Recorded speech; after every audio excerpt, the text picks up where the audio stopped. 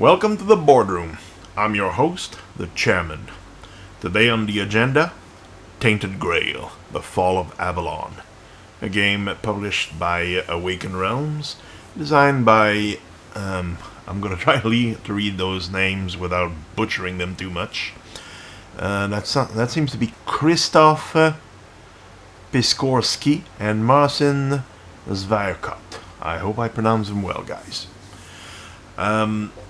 It's a it's a very large narrative-driven adventure game set in a universe inspired heavily by Arthurian legends, as the name Grail and Avalon imply. So in this game we're playing villagers, sort of local heroes, who go about adventuring on their island, the island of Avalon, try and discover why the wilderness that was beaten back centuries prior to make their civilization there is creeping back in the form of a strange, they call it the weirdness. I think it's some sort of a mist, or where basically the rules of the normal world cease to apply, and the magical nature of what was the island of Avalon before it was conquered by King Arthur centuries before is reasserting itself. And obviously that spells doom for the people of Avalon, the human people of Avalon. And so we're trying to find out, what's going on, and if possible, how to stop it. So the game, like I said, is very long. It's 15. There's 3 campaigns, and the one I'm going to be playing is 15 chapters, and chapters are divided in sections. And like I said, they're pretty long. That game can last. A game of Tainted Grail can last several weeks. So today I'll be recording the first chapter. I'll be playing the first chapter. I've played this game a few times before. I've actually never gotten past the first chapter, not because it's hard or anything, just because it didn't happen. I tried it with a few friends, and we couldn't, obviously. With the pandemic, we sort of ceased to gather and play board games for a long time. We've actually started again recently, but not this game. And my group didn't really take to it, to be honest. I like it personally. It's better to imagine it as a giant choose your own adventure game, which is a kind of game I've always enjoyed since childhood. So yeah, I'm gonna be doing a playthrough. As usual, it's not an instructional video. I'm just gonna do my playthrough. I'll explain what I do as I do it. But if you want to learn how to play the game, well, there are plenty of videos on YouTube that will gladly teach you that. Just something I'm not really interested in doing. No offense. So, okay, well, let's begin. As you can see, I've already went ahead and set up the game. So we're just gonna dive right in. Just one moment. I'm just gonna zoom out and reveal, the game itself. I'm going to take off the box here, and like I said, as you can see, my setup is already on the table.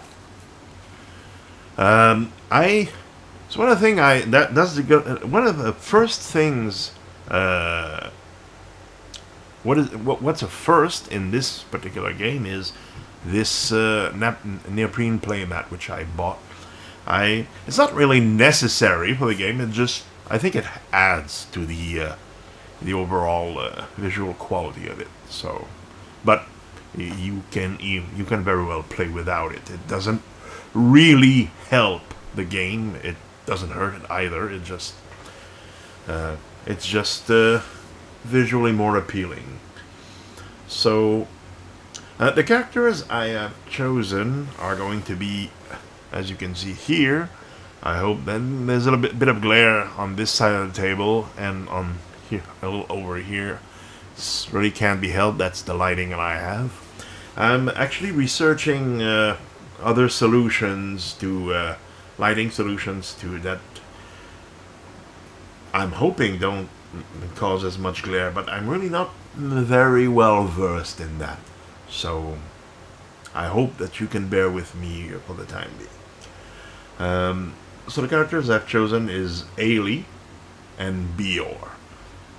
I've decided the game can be played with one, but it can be pretty hard sometimes. I remember there were a few fights that were really grueling, so I figured 2 characters would probably be a sweet spotlight. Enough characters to hold their own, but not so much that it takes too much space on the table. As you can see, this game is really a beast. So I have just enough room for my character pads over there. I can't show everything like their cards or anything. I will display whatever I'm doing, like combats and everything, down here as much as possible, without I'm trying not to disturb the pieces on the board. And everything else is set up here. There's a spot on the neoprene mat for set up all those things. All the way back there is where you're supposed to be placing the deck of area cards, but it's really, I don't want to stretch my hand every time, so I just put it off camera to my left there. So okay, there was also something else that I had purchased. It's called what was it called again? It's not the Book of Memories, but it's something like, it's supposed to be like some sort of things that they remember from their past as you play, and it unlocks various abilities and new skills and new things like that. I don't think I'm going to be using it though. Like I said, this is a beast of a game, and there's already a lot of rules, and I've never actually played the bare bone games once. So maybe I'll just keep those for a future playthrough. And yeah, so I'm just gonna put that aside over there. And okay, I will read the introduction of the game, and there's also a couple of letters that we're supposed to read at the beginning. Now, I have both the letter for Bior and Ailey here, sent by their respective mentors, but I'm just going to be reading one of them. They essentially say the same thing, just with a little variation, like the names changing and everything, but like I said, it's basically the same letter, so it gives, reading one of them will give ample introduction to the game to show what we're about. And but the actual introduction for the game is in the rule book, which I have right here, and I'm just gonna find there it is. So it's this little section down here, and I'll be reading just to introduce the game, the why, so to speak. This island was never meant for humans. Looming on the border between our reality and the ancient power known as the Weirdness, I think that's how it's pronounced, it was populated by a mysterious legendary race. Humans came here anyway, with their wooden ships, their ambitious king, and his fellowship of knights. Running from a plague ravaging their distant homeland, they took the island piece by piece, raising menhir of foreboding shape and mysterious purpose. The former master of the island faded into legend. 400 years later, not even their name remains. The people of Avalon call them the Foredwellers. Times are harsh. The Red Death is back. The menhirs are dying, and without their power, the land itself crumbles back into the weirdness. That's why your hometown has gathered 5 of its strongest and wisest heroes and sent them to find help in distant Camelot. As these champions set out to brave the dangers of this wild land, you watch from afar. You are not one of them. So basically we're the B team. Okay, so, and this is the introduction that the members of the party that was sent to seek help from Camelot left to their students, their pupils. So I'm going to be reading the letter that Erfir left to his pupil Beor, the blacksmith. Beor, you were always a good lad and a great help. I would have closed the forge long ago, if not for the strength of your arms, and your resolve. I feel I owe you something. When I told you to stay in Quinac, that's the name of the village, I absolutely am not sure that's how it's supposed to be pronounced. So if someone wants to correct me in the comment below, just feel free. But for the time being, that's how I'll be calling it. Quinac. Stay in Quinac to keep an eye on my property. I misguided you. The forge is already lost, just like the rest of our land. The sagas of old are true. Our island once belonged to twisted, immortal powers.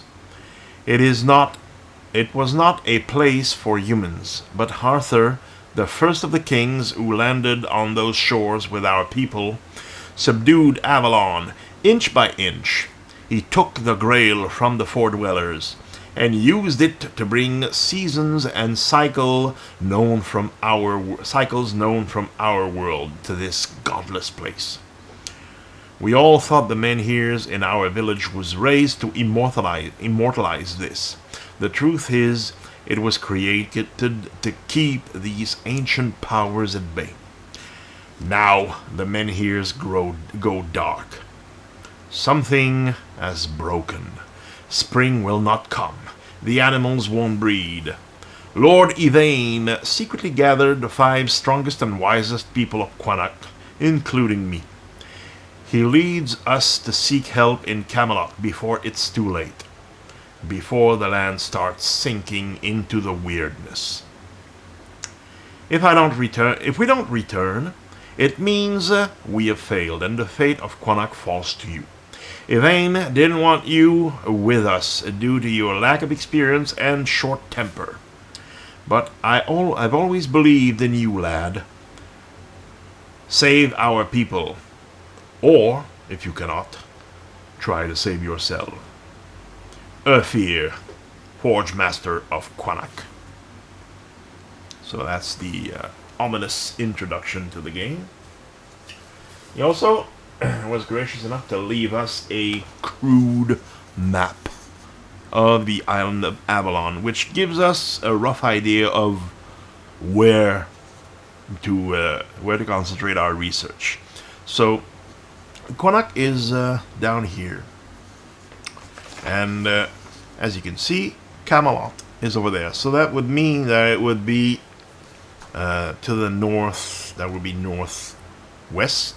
Yeah, to the northwest, where we would find the castle of Camelot, where our intrepid heroes of the village of Quinac went to seek help. So that's probably the path we're going to be trying to take. But As it is, I will begin the game by simply exploring the surrounding area. It, if I remember correctly, it helps to set sort of the mood and tells you what you're supposed to do, and it's a way to learn the game. I've already, like I said, I've already played it a couple of times, but I'll still do the introduction for those people who are not too familiar with it. So that's what I'm gonna get here. Those are player aids. So I think I'm gonna keep. There's 3 of them, if I remember correctly. Now this is the action overview and order of the day. Those are the same. Then icon glossary and character advancement. Okay. Yep. Don't need those. And combat overview and diplomacy overview. So yeah, I'm gonna be keeping these close by in case they're needed. So yeah, all the actions overview are tabulated here, as is the order of the day to know, well, how the game is played, so to speak. The iconography is here also to identify the icons, and this is the character. Okay, yes, that's the how you can use the experiment points that you gather throughout the game. Okay, and the combat overview. So, okay, I have everything here. I'll just be putting them right there. And, well, we'll be ready to begin. So,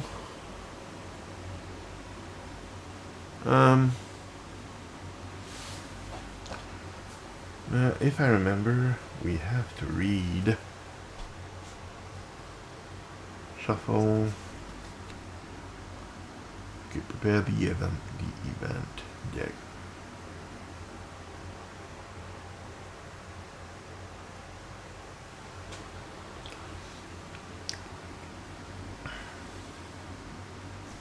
Follow instruction in the back of this card, and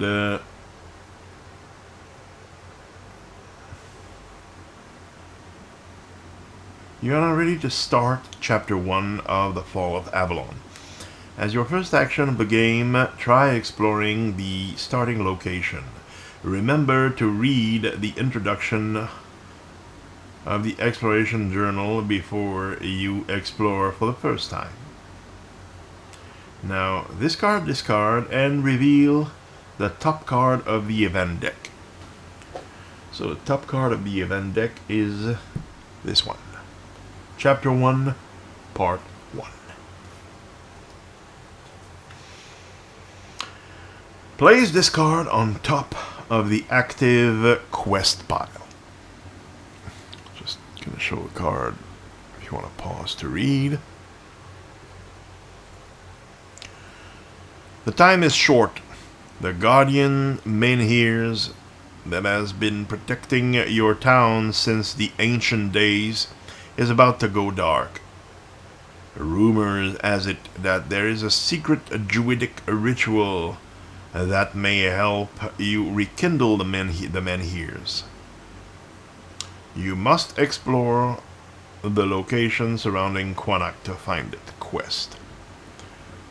Earn a menhir rights sacred card.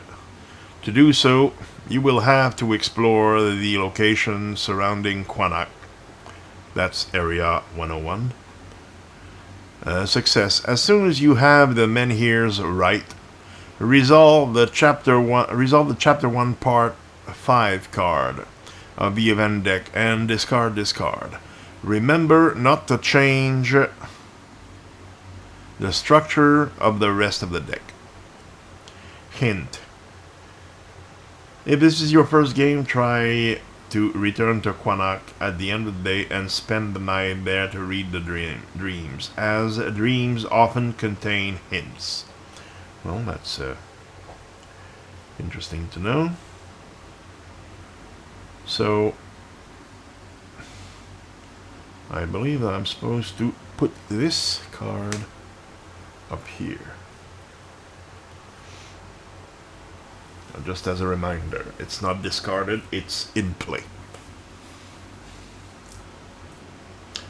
Okay. Now, just a quick overview of the characters. I'm going to bring them into view here. So this is Ailey. Now she starts with 1 courage, 1 practicality, 2 empathy, and 1 caution.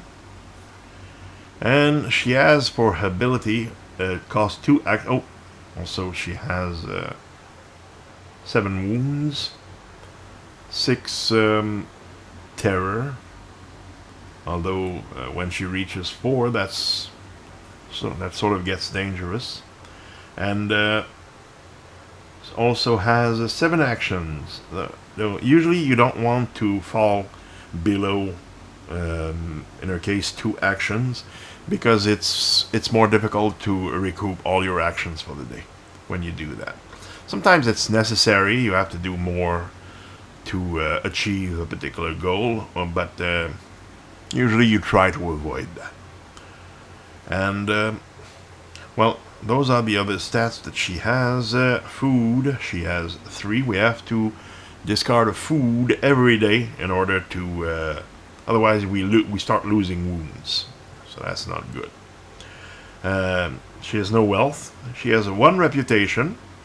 Reputation helps certain encounter to they dictate what happens when we read certain encounters. Experience, she has none, and magic, which she has none either. Her special power is healing herbs. It costs 2 action to restore 1 wound. You or another character in your location. It only works outside of settlements, so like around the village, not in the village itself. And she has, as a drawback, traumatized. You can't reduce terror when you're resting in a location without an active main gear. So, something happened in the past, and she's obviously still dealing with it. And now for Bior. Now, Bior, obviously, is a more physical character. This is the physical side and more the mental side and this one over here. So, aggression, he has 2. Courage 1, practicality 1, and caution 1. The character has 9 wounds, so he is pretty sturdy. But he only has 6 actions, and like Ailey, maximum of 6 terror. He starts with 3 foods, 1 wealth, no reputation, no experience, no magic. His special ability is craft. Draw 3 random craftable items, then pick one, only in settlement. It's a very costly action, but it's a way to get some gear cards, which may be helpful. And his drawback is Festering Wound. Lose 1 wound every time you become exhausted. Exhausted is when your action drops in the red here. So when you have to use more than 4 action in a day. Which, again, we'll try to avoid doing as much as possible. So I'm going to put him back here. Trust that you can... I'll bring them always back in the focus of the camera whenever it's important. But right now I'm going to leave them there because that's really the only place I can place them. So, stable is not very large. Besides, I don't want to have the camera too far away, so I like this cozy little setup I have here. I hope you would do too. Okay. Now, we will start with, well, ladies first. We're going to start with Haley. How it goes is each character does an action which costs a number of action points. The actions that they can do are listed on this card. So explore, which means we flip a card over there, one of these cards, and read what's behind. We can also, we don't really have to flip them. All the text that's behind every card is also written in the exploration journal over here, and we'll be referring to this book quite often during the game. Travel, well, pays 1 action to go to a next location. Check if this reveals any location, because we can only reveal locations that are that we can access. We can't travel diagonally. We only orthogonally, and we can only reveal locations that are available to an orthogonal travel. So, meaning that the locations that are here and here, which there are two, we can see here on the cards, indicates that there is a location here and a location here. But right now, because we're in the center over there, we can't see them. So we would have to come here to reveal those. And there's also a rule where there's a lightning bolt symbol here, which means that something happens as soon as we set foot in certain area. Like we have one here. I'm not sure. I don't think we have any other on the starting locations, but we have this one here. Okay, so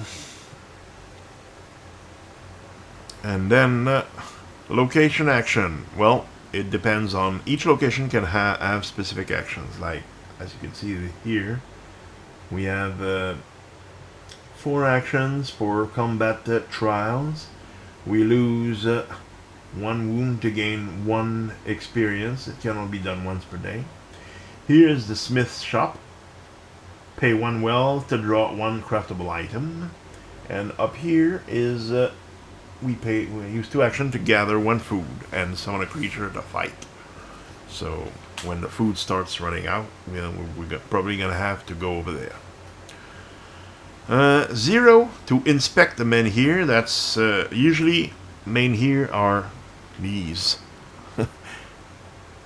nifty little minis. They look pretty cool actually. And you place them only when you have a card with the menhir symbol over here.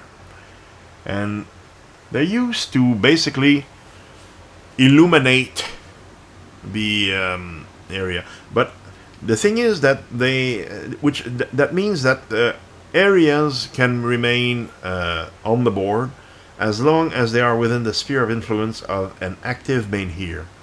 And the sphere of influence is actually all the cards around it, including the ones we have not discovered yet. But when we discover them, then they will remain there. They will remain visible.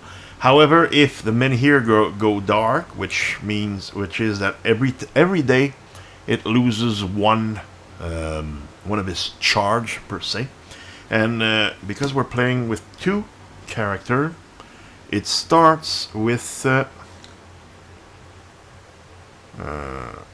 looking here. I don't know if you can see here.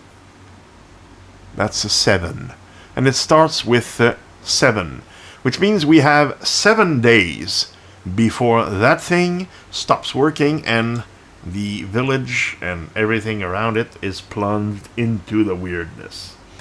And well, I'm told it's not what we want, so we're gonna try. We have 7 days so we don't have unlimited playing potentials. We have 7 days to find how to rekindle these things before they go dark. So that's what we're going to be doing at first. Once we learn how to rekindle them, then we can maybe start doing some more side questing, or just going about and trying to better our characters, or whatever we can do.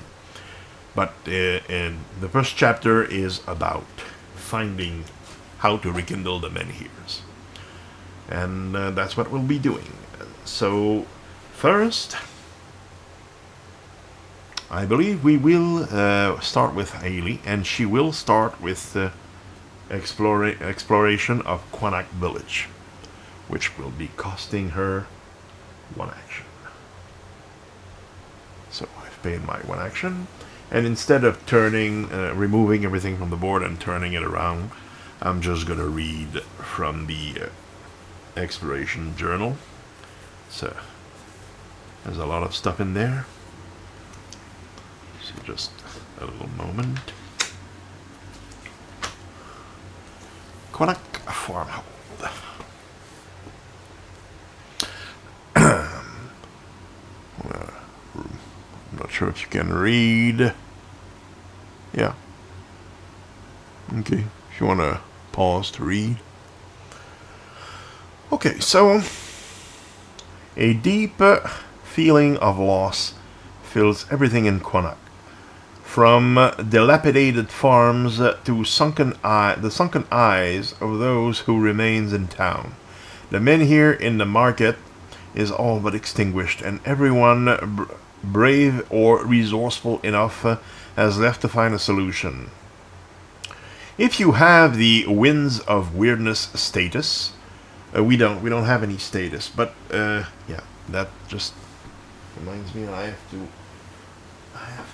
find one of those save sheets. So it's these things right here. So when we stop a game, we mark down everything so we can begin anew. We can break down the game and then start it again later on. And in back, such we have here a bunch of statuses, and those are sort of milestones for the campaign, and that way we can when we have a specific status, then we can read a specific part of the text, which well, I don't have any at the moment. I'm not sure. Yes, I have a pen here, pencil here, so I will be able to mark the status down, but right now we don't really need it. So I'm going to put it here, and I'm going to continue to read here. Now, if you have the Winds of Weirdness status, remove this location card from the game and replace it with location 121. Then explore this new location for free. Well, I don't, so I'm not going to do that. If you have secret cards 66, go to verse 4. I don't have secret cards. I don't have any cards. If you have Hunter's Mark, go to verse 6. I don't. Otherwise, choose one. Visit the families of the champions from the first expedition. If you're to find them, knowing more about them might help. Go to verse 1. Then we can also ask the town folks to help you prepare. Go to verse 3. Rest for the day in your own home. Verse 5. Wander the alley twisted by the weirdness. Only if the main here model is not in this location, which it is. Or we can leave. So now, an exploration, usually it costs us only 1 action to do pretty much what we want to do. But it's often we have maybe 1 or 2 verses that we can read. And if we want to return, we have to do another action to explore the location again. So I'm just going to be reading.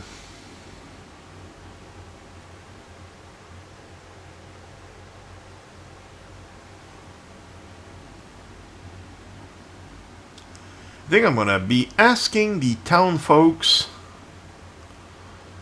for help. So, okay. Though they have a little left, they share with you their last remaining supplies. Somehow this seems unworthy of a hero, but since all true heroes were lost, who will dare to question your methods. Okay. So, if you have at least one reputation, which I do actually, and you don't have the Scrounger status, each party member gains 2 food, then gain 1 random item and the Scrounger status. So, which means that we can do that again, but we can have each have 2 more food. I think it's just... They said a party member, but I think that's the party member which are present in this exploration, and Ailey came here alone, so she's also going to gain 1 random item. So I'm gonna give it a little shuffle. I think I had shuffled it before, but just to make sure it's truly random. So yeah, there we are. And Haley gains this item. A battered shield. Now, during a fight, during the attack of the enemy, if your sequence ends with a connected... The snake, I think it's practicality, yes. So if it ends with a connected practicality 1 or 2 key, prevent 1 damage. Well, that's certainly very practical. So, one of the villagers gave her an old shield, and she'll try to make the best use of it. And we also need to add the Scrounger status, because we can't do this again. So, Scrounger is Scrounger is right here, and yeah. So we will be marking this. Now we can do that again. Neither her nor anyone else. So.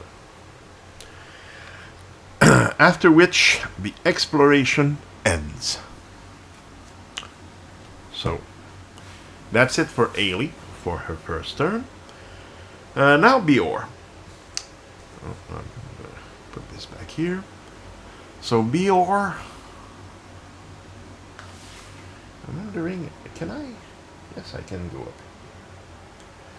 I'm tempted to go up there and get some food for him. She has 2 more food, which gives her ample of leeway, but he only has 3, and that would be a good way to show a combat.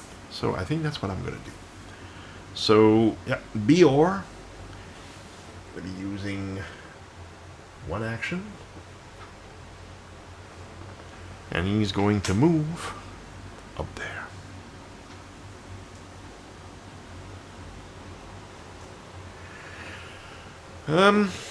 Yeah. Now I'm just gonna move this to the side just so I can look at the over here. Gather food. Gather 2 food. Draw a green encounter. Oh. I will, however, have to reveal the next areas. So that would be 106. The 4-dweller mound. And 107. And that's I think that's a village. The village of Whitning. And this,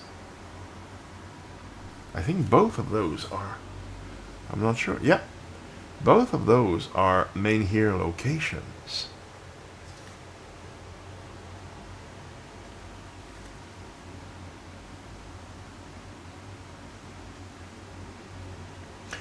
Usually we have to put the main heroes, but I don't think I'm going to put them on the board until I actually activate them. So, oh, and there's something else up there. It's 113. The Mirror Lake. So the Mirror Lake is going to be going all the way up there.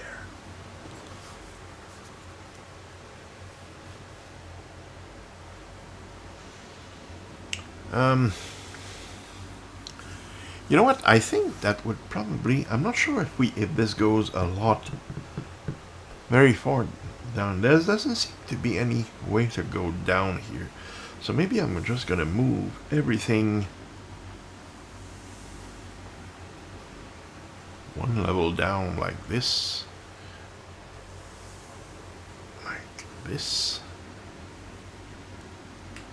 and give me a little more space to work with. And like I said, it's a pretty neoprene map, but it doesn't leave much room. The map can become quite large. Although when we travel, we usually leave some of the main heroes behind to extinguish, so the maps around those disappear. And as such, we don't really have to keep them, which means that we can move our map about. So, yeah, that should work. An action for him, unfortunately, it was a movement, and then he's done. So we're back with Haley. Now, Haley, does she want to explore the village again? You know what? I think she will. She's just gonna explore again, and this time, she's gonna choose to visit the families of the champions from the first expedition, which is verse 1. So I'm gonna read from verse 1. This long winter, nearly everyone here has lost a friend or family member. First to hunger, then to disease, and finally, the 5 remaining pillars of the community, the only heroes in this land has ever known, suddenly left. Now, when you look into the distant eyes of the last remaining resident, you realize they want to forget.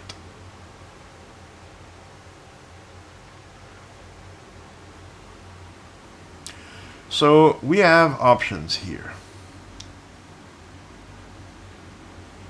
We can loosen their tongue with mead. That would require us to pay either 1 wealth or 1 food, and go to verse 2. Or we can ask them to share their burden, but that requires that we have some empathy, and luckily, Haley has 2. So I'm not going to have to pay anything to get them to loosen their tongue. So I'm going to go to verse 2 immediately.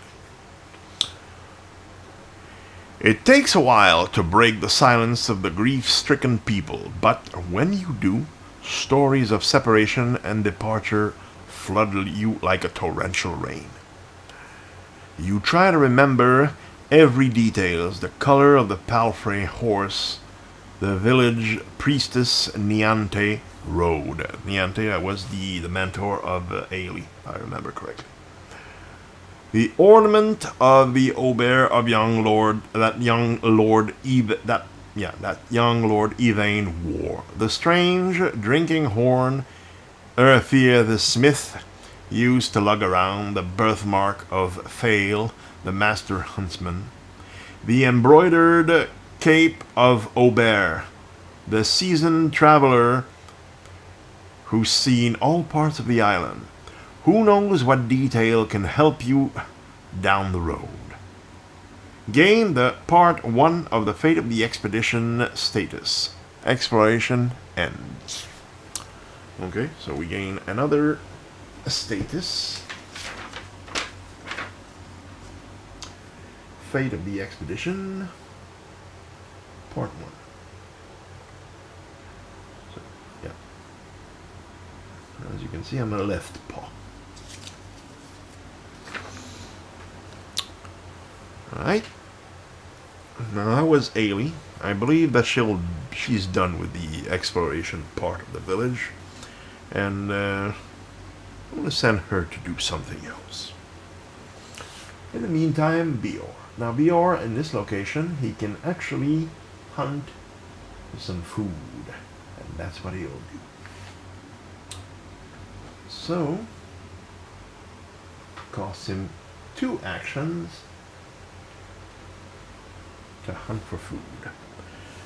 Now, gain 2 food, draw a green encounter. So, we're going to gain 2 food for him. And we shall draw a green encounter.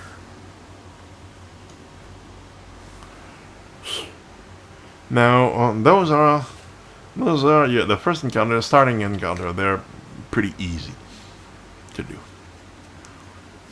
So,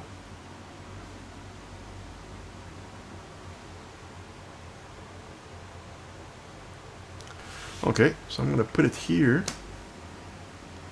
I'm going to be playing across here. Since I don't have any character here, it shouldn't be too much of a problem. Now, I'm going to review the combat overview card. Starting the encounter. Draw 3 cards from the combat deck. 4 characters, only draw 2 cards. Pick the active character. Well, there's only Bior, so he's the only one there. So, those are Bior's cards. I'm going to give them a good shuffle at the beginning. And then 1, 2, 3.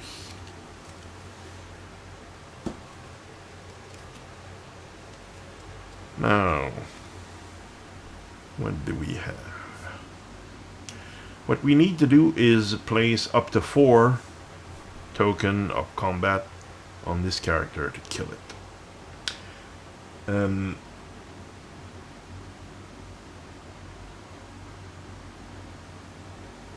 The thing is, we have to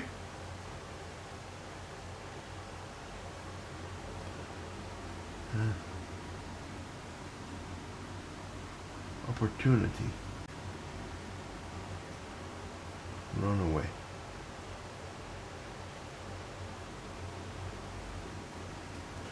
Not sure what that means, opportunity. I'm just gonna...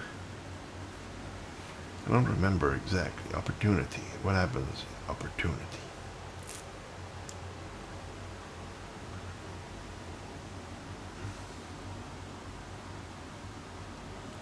If you didn't play any card, resolve the opportunity attack. Okay, so we absolutely have to play, otherwise that thing runs away. Which we could conceivably let it run away and not lose any health. I don't think we would. I'm not sure if we would lose any health. Play any 1 combat card from your hand. Play any number of additional cards. Okay, if you didn't play any card, resolve the opportunity listed on the encounter, then draw 1 combat card. And enemy attack. No. So we could actually just let it run away. If I kill it, I just gain 1 more food. And, well, it's not necessarily worth the hassle, I think. I don't know if we shuffle them back. If we shuffle the combat, discard...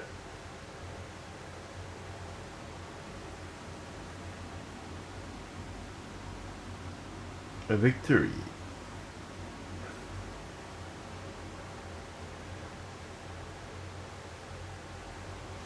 I think we discard them. But I'm tempted. I want to do the combat. I'm going to try to do the combat. So I'm just going to see if I can actually do it. If I have the cards that are necessary for... Okay, so if I did this... I could actually do 2 damage to it. Then gain 2 charge.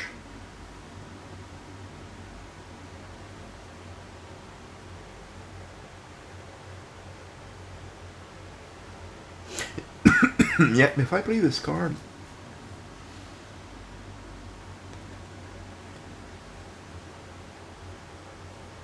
Yeah, if I play this card, I'm gonna do 2 damage to it. And I think I can kill it, actually, because if I play this card, I gain... I have... It's connected here, and it's connected here. Oh, but in order to play another card...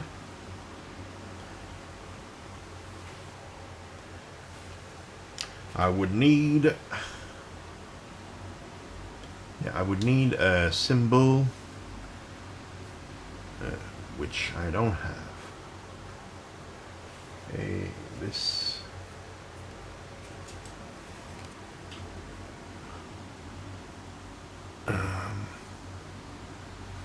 a symbol for bonus action.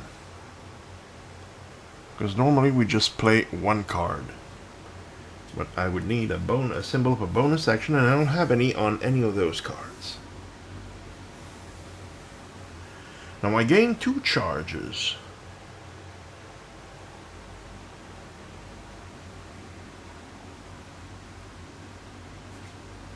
So I'm not sure what happens when this symbol happens.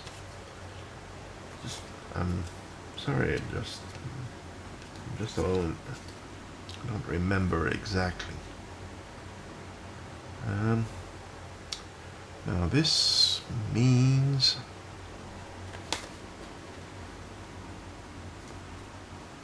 Okay, this means...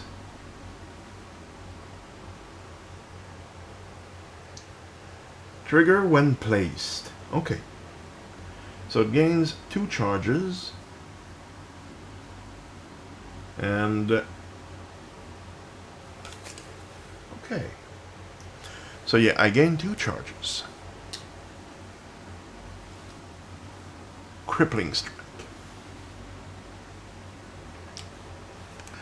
Now, normally what happens is now it's turn for the enemy, and the enemy has he does 1 damage to me. So when we receive damage, we lower this nifty little bar, and this indicates that we can't have actions, or we can have actions above this line, and if we have terror above the line, we are going insane. My memory serves. And now that I've done that, and I draw another card,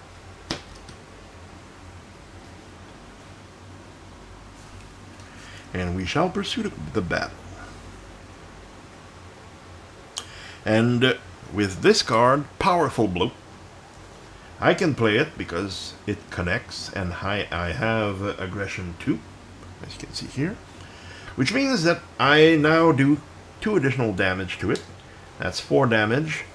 The vermin, misshapen vermin, has been defeated, and as a loot, I obtain 1 more food. So, now I have 5 over there, and those represent 5. So if I need to place another food, I think I'm going to start replacing. So, but that combat was successful. Now I discard all my cards, and I'll have to check if I reshuffle every time or just when I start. But this one, however, is discarded.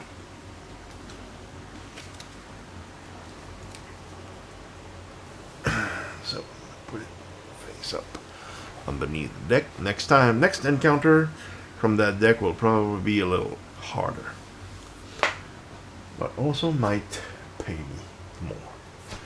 Now, that's it for Bior. Haley.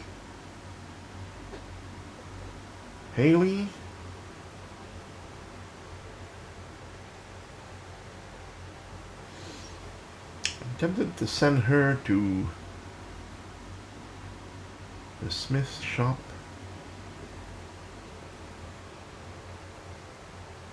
She goes there, she's gonna have an encounter. She goes there, she's gonna...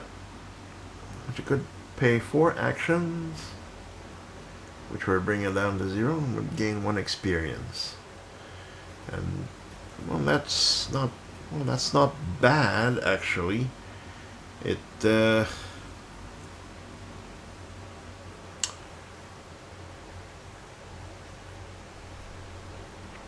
doesn't help me all that much right now.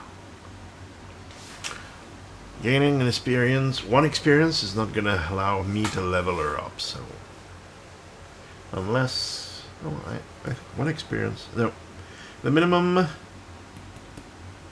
experience point that can be spent is 2 experience points. To draw 3 combat or diplomacy cards from your advancement pool, choose 1, put the rest back, and shuffle the pool. That's 2 experience points for the first point of any pair, and a pair is this. And she doesn't have any. So the second point of a pair of attribute, that's here. Either it would be for spirituality or another practicality. Well, those are pretty helpful in combat. I might consider that, but I would need 4 experience for her to gain that. So, yeah. No, not right now. I'm not sure what to do with her, though. Do I send her the Forlorn Sword?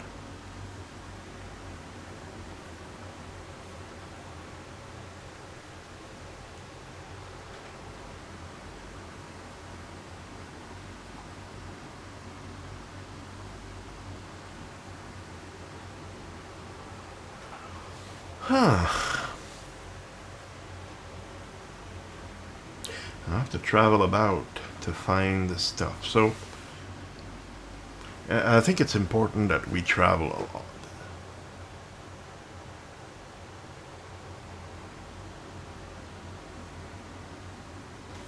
Yeah, so I think I'm going to send her here to the Charred Enclave. Now it's going to cost her 1 action to do that. When I do that, however, here, I have to draw a gray encounter when I enter this location, once per day. So, unfortunately, when I arrive here, I have to do a fight. Maybe. Let's see what the gray encounter is. Oh, well, it's another misshapen vermin. So, we're going to have a combat with Haley as well. Now, I'm going to shuffle her deck. It's not quite as good as Bior when it comes to battles. But she has a shield, which means that I have a good... I can block a damage, maybe. Depending on what I get. Okay. So, outsmart.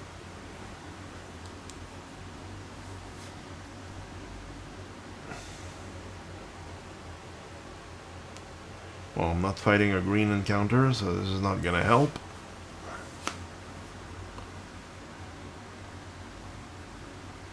Defend. Prevent 2 damages.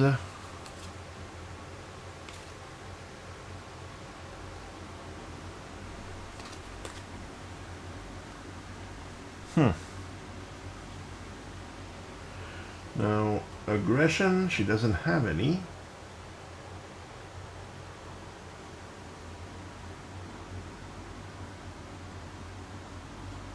But she has the same... Oh, crippling strike. She has a crippling strike, same as Bior. This is not Bior's card. No. That's hers. That's hers. So...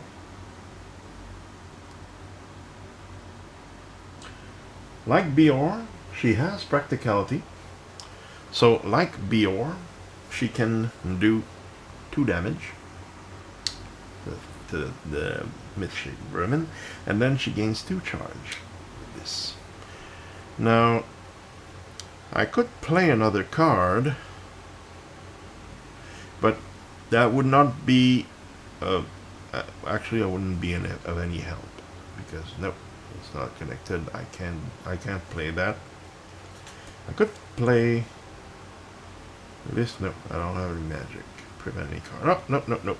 There's nothing I can do. So, okay. Well, now we're up to fight the counterattack for the creature, which normally would inflict 1 damage to me, but because I have this nifty little shield during combat, if your sequence ends with a connected practicality, the snake here, prevent 1 damage, which means that I can prevent 1 damage and it does nothing. Plus, I can pay a charge to lose 1 damage less, but I don't lose any. But I can also draw a card, and that's something that's probably going to be helpful. So I'm going to draw a card.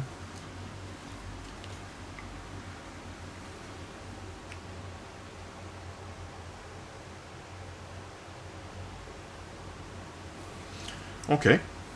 And then I draw another card, because once I begin again my turn, I have to draw another card. So far, it's not going too badly. So I'm going to be playing this card.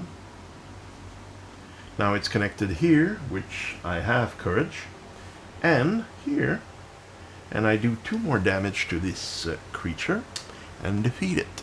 So easy peasy, Japanesey. And the reward for this creature is 1 food. So they both have 6 food. Both have ample food. So we're not gonna have to worry about going hungry quite yet. And we discard this gray encounter.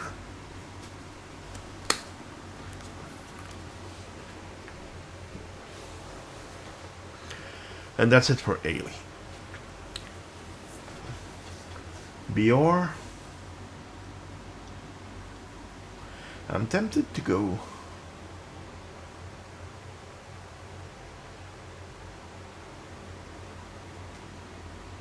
with Bior. I'm tempted to go onto the. I'm gonna have to have an encounter if I do that, however.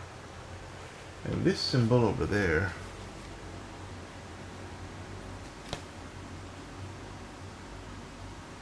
Unfriendly settlement. This is an unfriendly settlement. If I go over here, I can pay 1 action to trade with the townsfolk, pay 1 food to gain 1 wealth, and wealth is actually more difficult to acquire than food, because as you can see, well, we can hunt for food here. So I think that's what I'm going to do. I'm going to send him to Whitening, but I'm going to have to draw an encounter. A blue encounter. Okay, as soon as I arrive here. So that's what I'm going to do. Pay 1 action. And, oh. I believe I'm going to have to hold my day here with him, however. But, blue encounter, and it's a diplomacy challenge. Suspicious gods. So with a diplomacy challenge, it's a little different. We start with the cube here, and we have to make it climb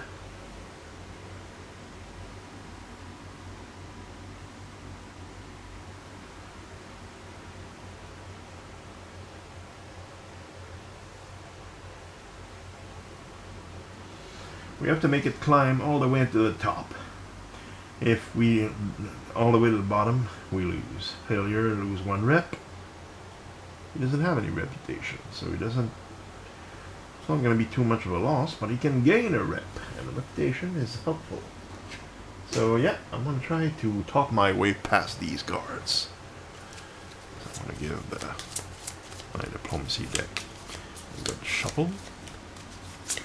It works pretty much the same as combat. It's just that instead of adding damage, we just push that thing up and down.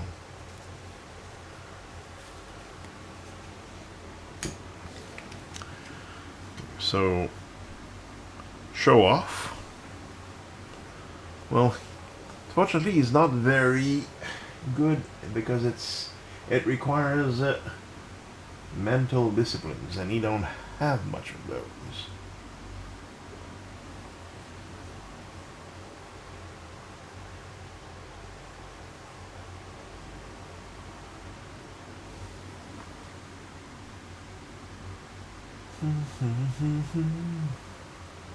He doesn't have any empathy, so this card is not going to be useful to him.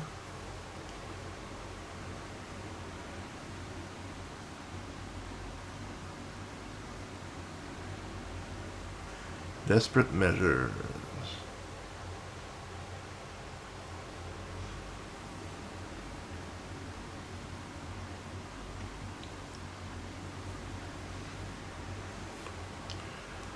Okay.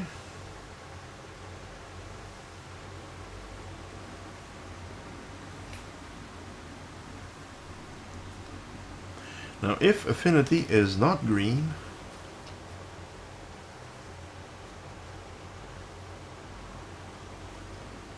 I'm going to play this card. If affinity is not green, rises by 2. One. Now,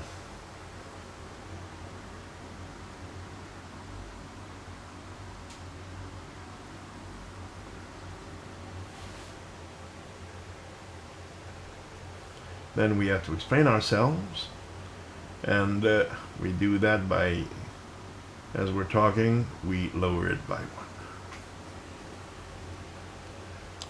1. None of those cards are helpful.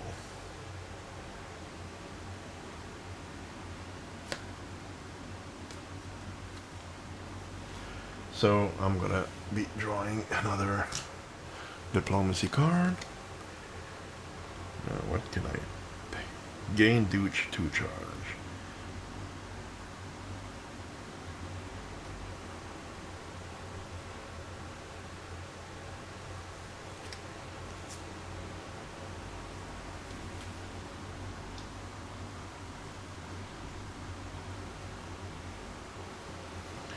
Yeah, that's not.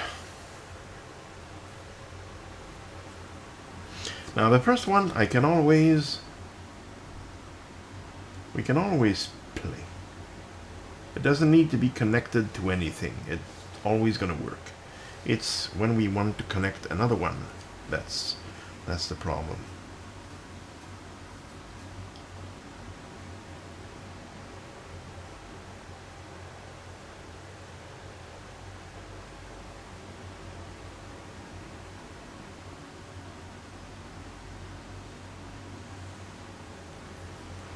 So we gain 2 charges.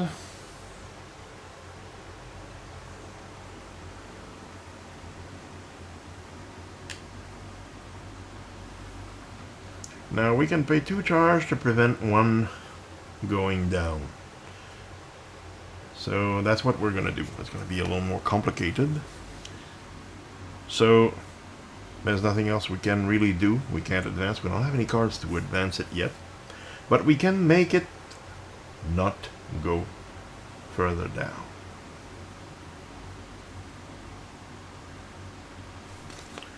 Although, yeah, that's what we're going to do. So we're going to be paying a charge for it not to go down. Then we're going to draw another card. Hopefully this one can be of some help.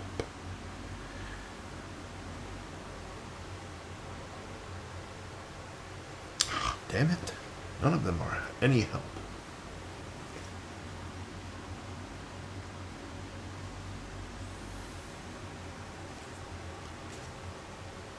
They don't do anything. Lose 1 rep. I don't have any rep to lose. You have at least 2. Oh. You have at least 2 aggression. I do. Actually. So yeah, I'm gonna be playing this. I don't have any rep to lose, so I don't really care.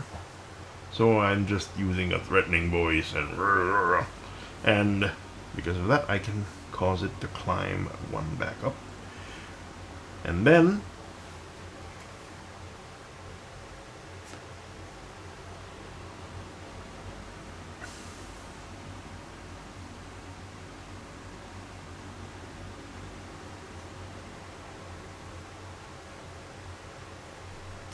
this symbol of a ripped card. What is that? Discard the last card from the sequence. Oh, I can do that.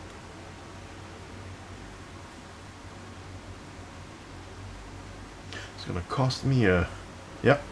I'm gonna try to once again, it's their turn, but I'm paying a charge to prevent this from going down. I'm gonna draw another card, but I think I can...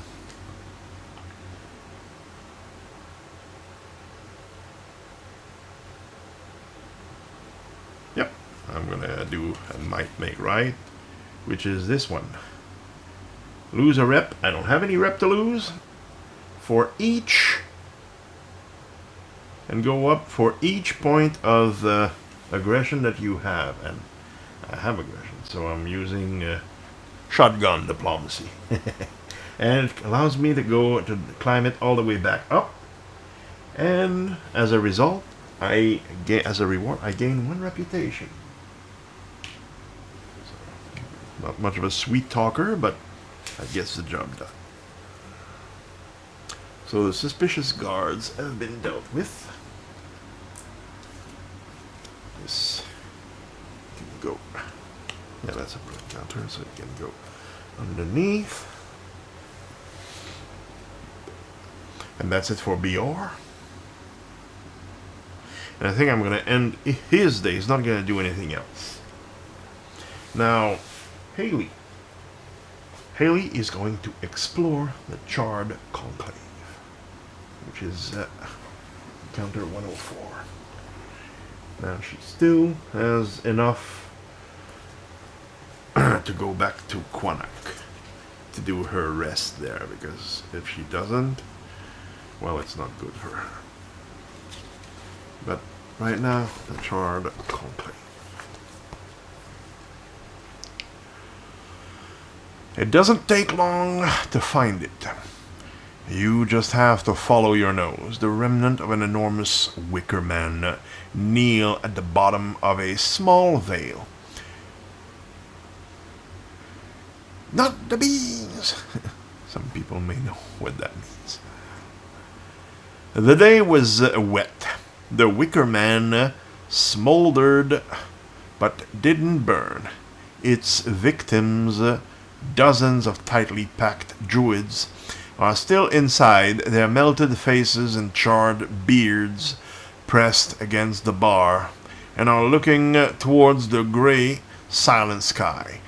Barely audible, ceaseless whispers seem to fill the air. If you're playing Maggot, or if he's in your party, go to verse 10. Otherwise, stay a while and listen. Dig through the remains.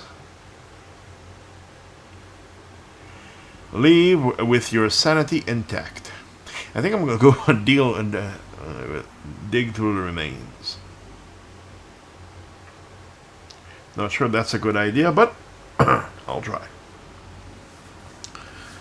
If you don't have... okay. So yeah, I'm going to do that. Verse 2. You hum a joyful song to drown out the whispers and get to work. Prying apart half-melted bodies is grim and foul work, but you do find some valuables that were locked away with the unfortunate druids. If you don't have part 1 of the pillager status, gain 1 random non-companion item and part 1 of pillager status. Each member who has more than 1... that's empathy, and yeah, she has 2. Gains 1 terror. Well, it's obviously impacting her. Exploration ends. So she gained one random non-companion item. During an encounter, flip this card to lose all your terror. At the end of the encounter, if this card was flipped, discard it and gain 4 terror. Wow, that's nasty. Now the day for Bior is over, so we're gonna be going back to Ailey, which is gonna be making her way back to Quinac. So it's gonna cost 1, and this is how we will be ending our day. Day 1 of chapter 1, part 1. And I think I'm going to be uploading this, and I'll be cutting these. Maybe not just do one day every day for every video, but for this one I'm just gonna limit it to one day. I have to go to bed. I'm out of it. I've received my second shot of the Moderna vaccine, and it has taken a toll on me. Okay, so at the end of the day, rest to consume 1 food to restore 1 wound and lose 1 horror, which she couldn't do if she wasn't in a place where the active main here. But she can. So she's gonna lose 1 food. She was not wounded, but she did gain a terror, so she lost it. And Bior saying he's going to gain 1 wound. He has lost no terror. So, okay. If you don't have enough food, drop your actions to 0. Restore your actions to full, unless it was in the red, but it was not. It's for any of them, so she's gonna go back to 7. He's gonna go back to 6. Advance your character by spending experiment points. We don't have it. Modify your dex. Well, I'm not going to. If you're in a location with this icon, read the dream. If you're going insane, read the nightmare instead. Then start the next day. Okay. So, we're going to be starting. Yes, he is in a location with a dream, so this is what he's going to do. He's going to go 107. And he's going to read the dream section in 107. Let's see what happens. Your dream of home is understandable, considering for the first time in your life you've wandered so far from it. But why is everyone talking or walking backwards? Okay, well, that's a dream, so why ask why? Because you're dreaming, pal. Okay, each character who has a nightmare. Well, that's not me. I didn't have a nightmare. So, just a useless dream.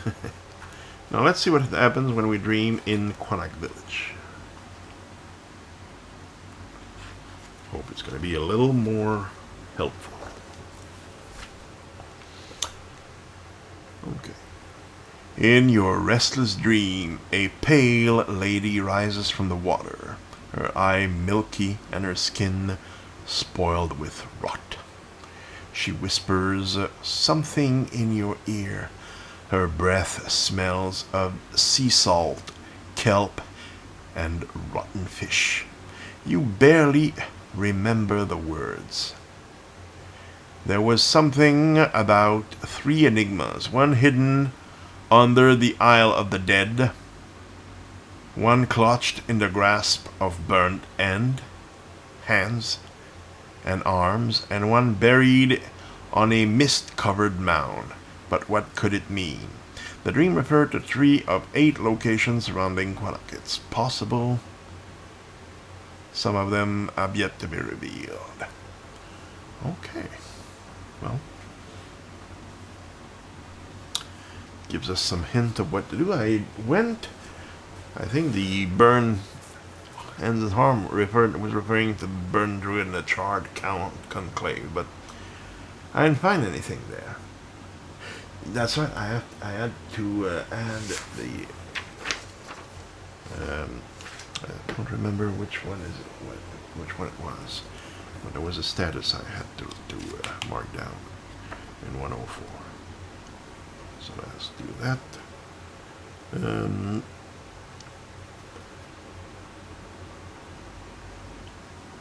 Pillager.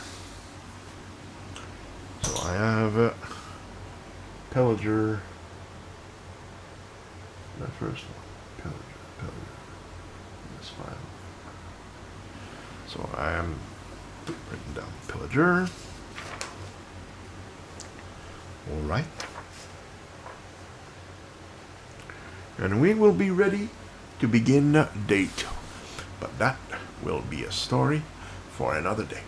So I hope you enjoyed this first foray on the island of Avalon to find out what's going on there and live the adventures in Lovecraft. Lovecraft, yeah. It's not always Lovecraft, but I do play a lot of those. In Arthurian legends. And, well, I'll see you next time for the next installment of this this game. So, it's been the chairman bidding you farewell until next time in the boardroom.